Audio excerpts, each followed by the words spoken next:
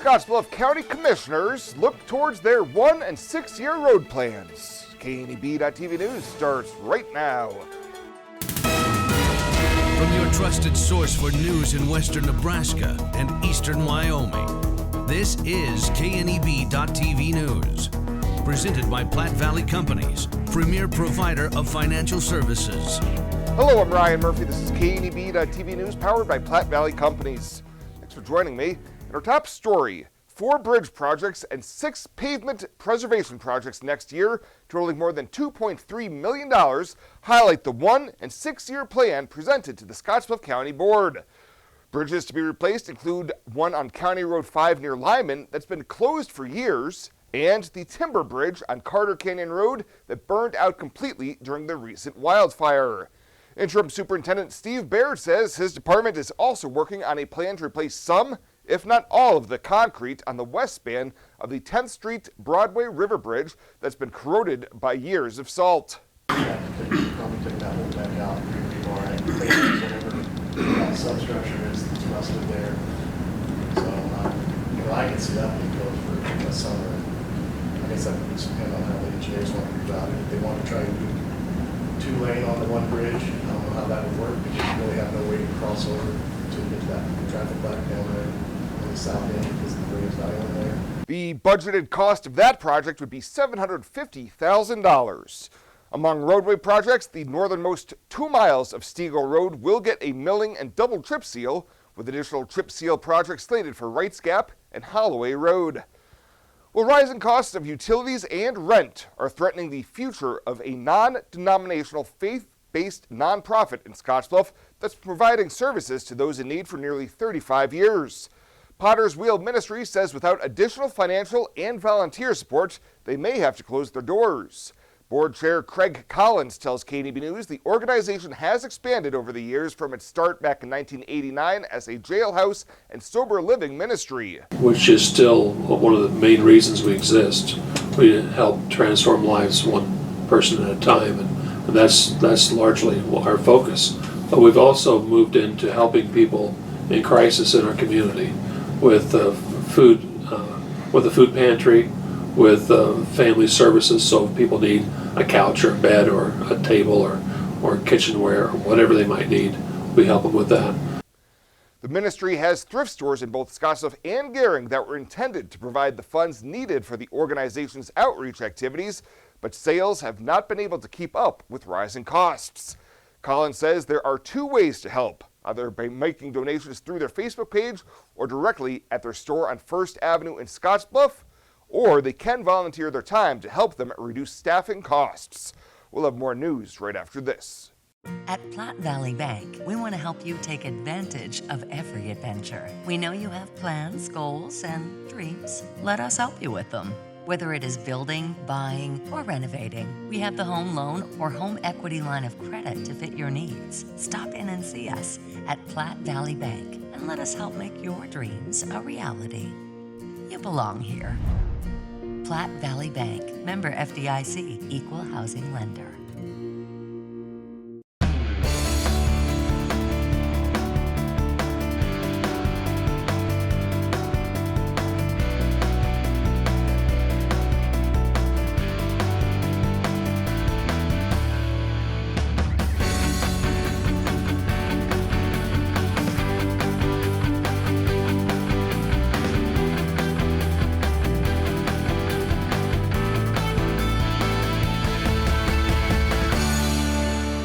Are you looking for the perfect place to hold a wedding, family reunion, holiday office party, or business meeting?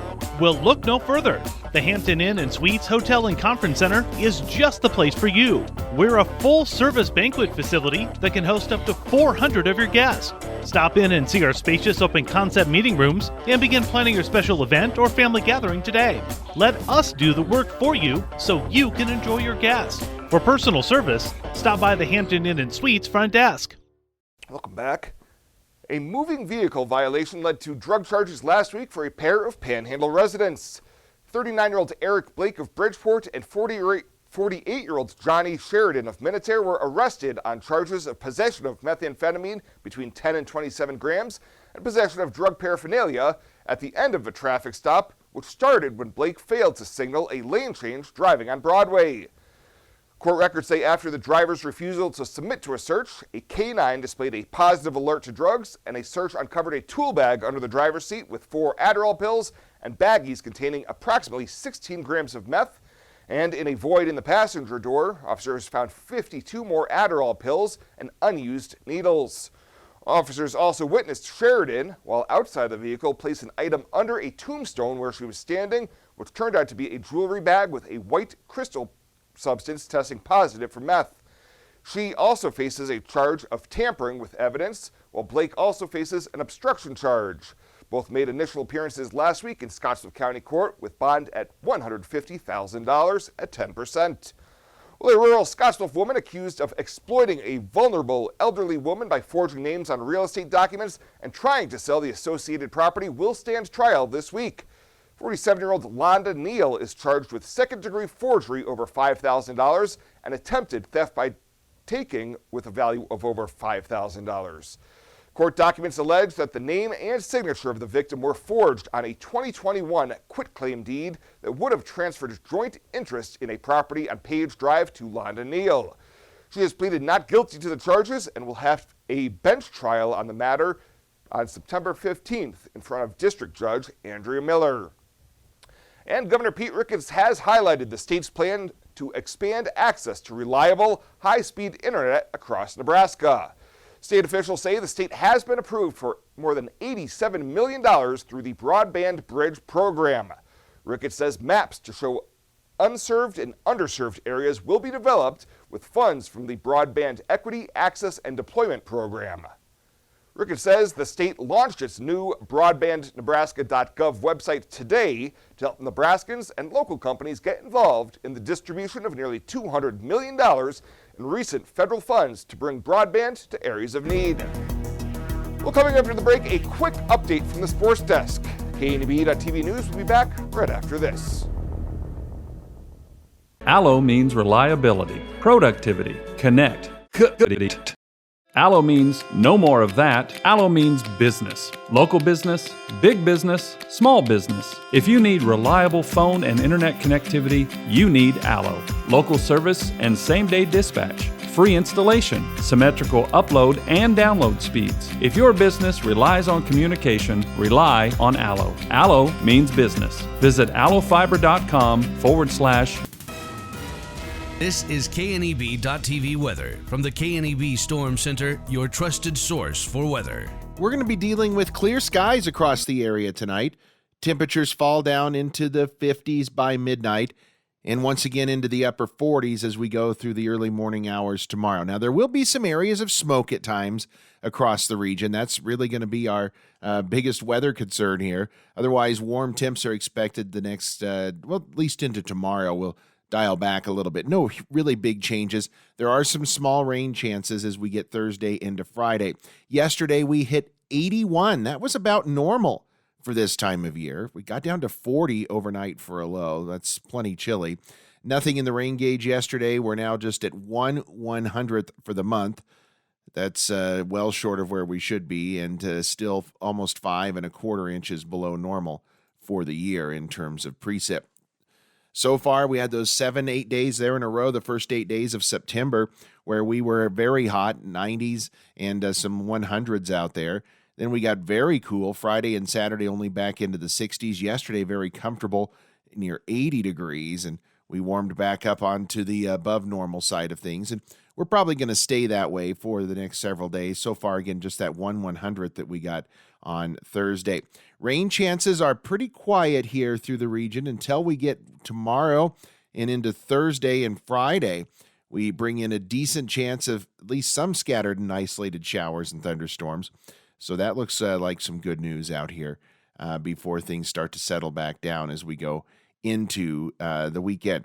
On our way to school tomorrow, it's not going to be as cold, so we're going to give it an A tomorrow and an A on the way home with sunshine and temperatures into the low 90s. As you see, we're going to quickly warm out of the 40s right up into the 70s and 80s by lunchtime and then into the low 90s tomorrow. Not going to have much in the way of winds to be concerned about, under 15 miles an hour, and our rain chances are pretty much going to stay down tomorrow and be near zero across the region. That'll change again as we get into, I think, Wednesday and Thursday. As we look, and Friday as well, as we look across the area, we have temperatures nationwide that have dialed back. We don't have any hundreds on the map right now. We have some 90s, though, and 80s here across western Nebraska. Eastern Nebraska has 70s to near 80 degrees.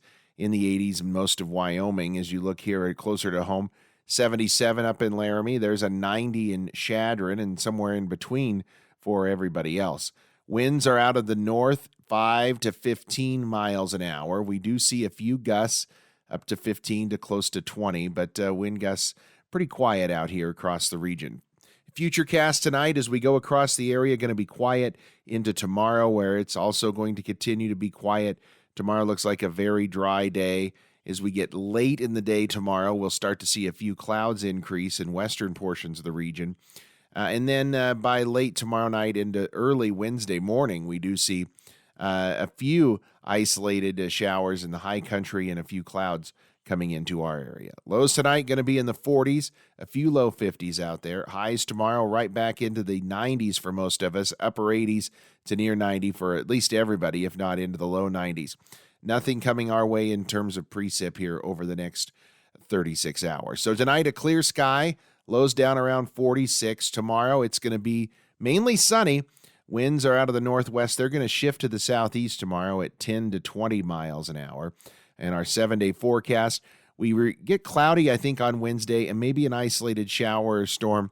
Then Thursday into Friday, some isolated to scattered afternoon thunderstorms around the region. And we dial back temperatures from the upper 80s to near 80.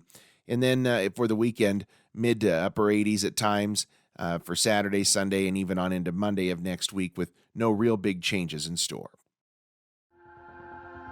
Culture trumps everything else. In my years, I've never worked for a company that treats people the way this one does. It is my passion for agriculture that brought me here in the first place, but not only that, there's a huge family-oriented atmosphere within the 21st Century Equipment. I love working for 21st. They found something in me that I didn't know in myself. An intern to where I'm at now is such a great opportunity, and that is what this company is about.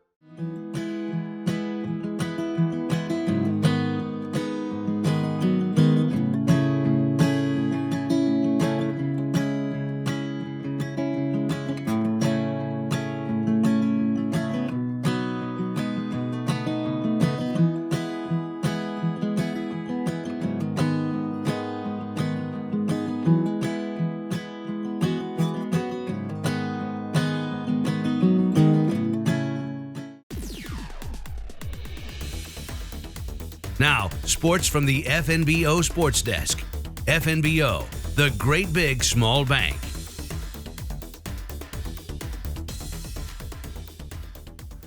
Taking a quick look at the latest from the Sports Desk today as area high school football teams all over the place Friday night. Here at Bearcat Stadium, Scottsbluff rolls Frederick by a score of 43-20. Bearcats improved to 2-1 on the season. For the Gering Bulldogs, they find themselves on the wrong side of a slugfest as Douglas nearly doubles them up by a score of 45-24. Bulldogs drop to 1-2 on their season. The Mitchell Tigers improved to 3-0 after defeating Chadron by a score of 28-14, and Bridgeport gets back to 500 after rolling Sutherland 47-6. And now let's address the elephant in the room as another embarrassing one-score loss for the Huskers proves to be the straw that breaks the camel's back. Scott Frost fired first thing Sunday morning after Saturday night's loss to the University of Southern Georgia at Memorial Stadium. Athletic Director Trev Alberts addressing the media yesterday about the changing of the guard. This is a day that I'd hoped would never come. And I first want to thank Coach Frost. I had the opportunity to get to know Scott a little bit and have really come to appreciate him. Scott worked really hard here. Scott loves Nebraska. He'll always be a Husker. He's a Nebraskan, and he worked really, really hard here. He really wanted this thing to work. And I can tell you that I really wanted this thing to work. Our donors wanted it to work. Everybody wanted it to work. And so, in a way, it's unfortunate and sad that we're here today. So I want to thank Scott. I also want to thank Mickey Joseph for taking on this role. I felt like there's 9 games left in the season. And I think we owed it to the players, we owe it to our fans, to give these players an opportunity these last 9 games. We've got good players on this football team. And so having a different voice and having some new energy and enthusiasm, I'm hoping can make a difference for this team. And then third and finally, I think at the end of the day, there has to be accountability. When you run a professional organization that has high standards, accountability has to matter. And Scott and I talked about this very clearly. 16-31 obviously was not at a level that was acceptable to us. So Mickey Joseph will take the reins as Nebraska prepares to host Oklahoma this Saturday in Lincoln. That is the latest today from the FNBO TV Sports Desk. We'll have a look at your community calendar right after this.